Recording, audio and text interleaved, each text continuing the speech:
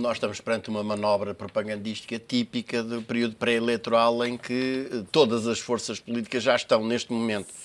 E enquanto uns apresentam programas ou fazem apresentações de manifestos, outros apresentam estatísticas, que é exatamente o caso. Eu chamo a atenção para a gravidade desta manipulação que está aqui em causa. Porque, em primeiro lugar, nós continuamos a falar de números de desemprego da ordem dos 680 mil, abaixo, pela primeira vez se baixou, dá uma série de trimestres, abaixo dos 680 mil, quando o número real de desempregados é mais do dobro desses. E esta realidade é mascarada através de um conjunto de truques estatísticos consistentes em tratar como não desempregados pessoas que são verdadeiramente desempregados. E eu chamo em particular a atenção para o número absolutamente gigantesco dos chamados inativos ocupados, isto é, de pessoas que são desempregadas e que são chamadas a integrar aquilo que se chama os planos ocupacionais de emprego. E ao contrário do que se poderia eventualmente deduzir das declarações do meu querido amigo Luís Gomes, a verdade é que esta realidade de as pessoas que estão inseridas em planos ocupacionais de emprego terem passado a fazer parte das estatísticas é das estatísticas do Instituto Nacional de Estatística desde 2011, por ordens deste governo. E, portanto, a nota que o Instituto Nacional de Estatística, nessa altura, publicou... Não, foi na nota do Sócrates. Foi na altura do PS. Não, senhor. Discutimos aqui. Não, senhor. Se lembrar não, bem, senhor. Em 2011... Aliás, eu acho que ainda tenho aqui alguns arquivos relativamente a essa matéria. Em 2011, o Instituto Nacional de Estatística passou, efetivamente, a integrar. E, portanto, nós temos hoje um número absolutamente gigantesco. Isto já não tem nada a ver com o governo de Sócrates. Bastará dizer que nós passamos de qualquer coisa como 40 mil trabalhadores em situações de ocupação, de planos ocupacionais de emprego, para 171 mil.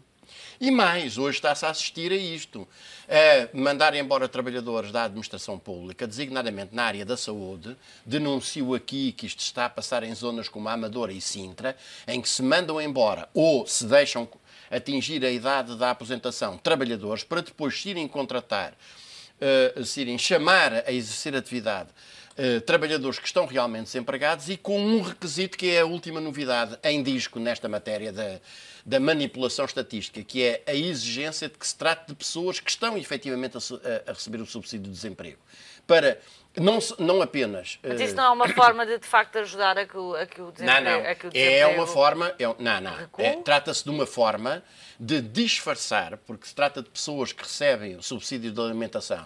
Portanto, trata-se de fazer saltar fora das estatísticas do desemprego pessoas que estão realmente desempregadas. Portanto, o que está a dizer é que era preciso também cruzar os dados do emprego com o dado do rendimento das famílias. E não só. E fazer aquilo que no último inquérito, no último censo à população foi precisamente escamoteado, que é exatamente fazer o levantamento rigoroso, que apesar de tudo, a partir dos dados do Instituto Nacional de Estatística é possível, através dos inativos disponíveis, dos inativos ocupados, dos inativos desencorajados. Por outro lado, este governo está a regressar aos tempos mais áureos da governação Sócrates em matéria de eliminação administrativa de desempregados. E é preciso denunciar exatamente isso. Portanto, o que hoje está a passar com os centros de emprego consiste em os centros de emprego não apenas formularem exigências completamente, eu digo, feudais, completamente indignas aos desempregados. A última que eu vi, e vi o ofício na zona de Loures, foi um ofício em que se diz à pessoa desempregada que não leve filhos menores, tem de ir fazer a prova de vida, digamos assim. Mas está escrito no ofício que se agradece não se levem crianças menores. Quer dizer, chegamos ao ponto de tratar desta maneira os desempregados, de, por exemplo, uma mulher que está desempregada, que não tem, obviamente, dinheiro para deixar as crianças na creche, é ela que toma conta delas, é-lhe imposto pela administração pública que não leva as crianças para o centro de emprego. Mas realmente nós estamos perante uma realidade completamente mistificada daquilo que é o mundo real. E o mundo real, basta que a gente compare aquilo que era a população ativa em 2011 e aquilo que é a população ativa neste momento, para verificar como cerca de 500 mil pessoas, a população ativa abateu 500 mil pessoas. Por último, não deixar de salientar também que há outra forma artificiosa e artificial de fazer baixar a taxa de desemprego, que é a de pura e simplesmente contabilizar como imigrantes, ou melhor, como desempregados que deixaram de estar imigrados, desempregados deixaram de estar desempregados, porque aqueles que emigraram. E que, como não podem cumprir as tais obrigações burocráticas junto dos centros de emprego, são feitos desaparecer administrativamente essas mesmas estatísticas. Quer dizer, um centro de emprego também termina só, mas é para mostrar bem o ponto a que nós chegamos. Quer dizer, um centro de emprego, e isto obviamente não é obra de um patológico qualquer diretor de um determinado centro de emprego. Isto é uma instrução vinda de cima.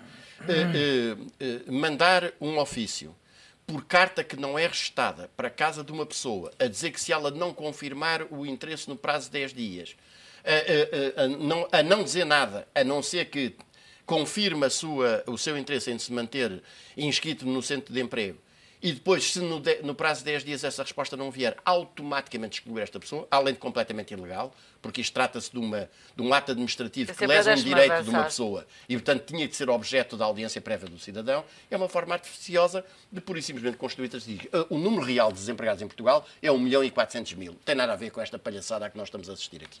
População empregada, quarto trimestre de 2010, 4.948.800. Primeiro trimestre de 2015, 4.477.100, ou seja, uma diferença de 471.700 empregos que foram destruídos com a política da Troika e o governo PSD-CDS. Isto são números, não são aulas de estatísticas. O que está em causa, quanto a mim, é que qualquer das forças políticas, julgo que nenhuma delas vai ter maioria absoluta.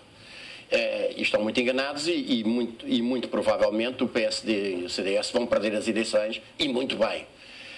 Agora, é preciso assinalar que, de facto, a pior tragédia que podia acontecer ao povo português era nenhum destes partidos ter a maioria absoluta e algum deles ter a maioria relativa, mas depois está-se mesmo a ver que a solução que está a ser desenhada quanto aos principais problemas do país é entenderem-se em termos de governação de bloco central, reverem a Constituição, que é do último dos grandes obstáculos à aplicação das medidas que, no essencial, essas duas forças políticas estão de acordo, e depois passar ao ataque do que resta formalmente consagrado na Constituição em matéria de direitos sociais fundamentais.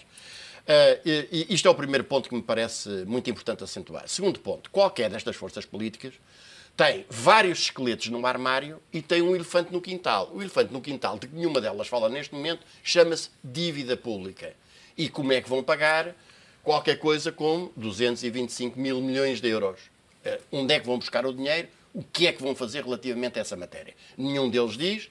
E quer o governo PSD-CDS, quer António Costa, estão claramente a fazer o mesmo jogo viciado de sempre, em que se têm traduzido as eleições, que consiste em fecharem a boca quanto aos principais problemas, sacarem o voto e, uma vez sacado o voto, fazerem dele o que bem quiserem a partir da noite das eleições. O que queria do programa era que fosse claro relativamente àquilo que não é só isso, não é só isso. Não, evidentemente, os partidos políticos têm a obrigação de se definir relativamente às várias grandes questões que hoje se colocam.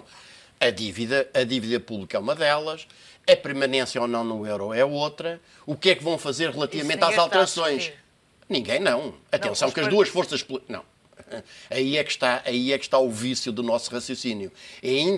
Partimos do princípio que as únicas soluções políticas que existem para o país ou são PSD-CDS ou são PS. E esses não estão a discutir. Porque a minha pergunta é no sentido desses partidos. Esses não estão a discutir. Então o que deve ser dito é que tudo deve ser discutido e, designadamente, se é possível, qualquer solução da autonomia e independência política e económica para o país, nesse quadro que essas duas forças políticas, PSD e CDS coligados, e PS, aceitam. E terceiro ponto, quando acabar o forró das privatizações, em que neste momento o Governo, em particular os membros do Governo do CDS, estão empenhados, como é o caso da TAP, que é um caso de polícia, pura e simplesmente, que é um caso de polícia, porque nada explica este frenesim, a não ser as comissões elevadas que aquele negócio representa. Quando acabar esse forró das privatizações, o problema do pagamento da dívida pública e do déficit vai-se pôr de forma ainda mais agora. E os senhores estão calados nem ratos relativamente a essa matéria.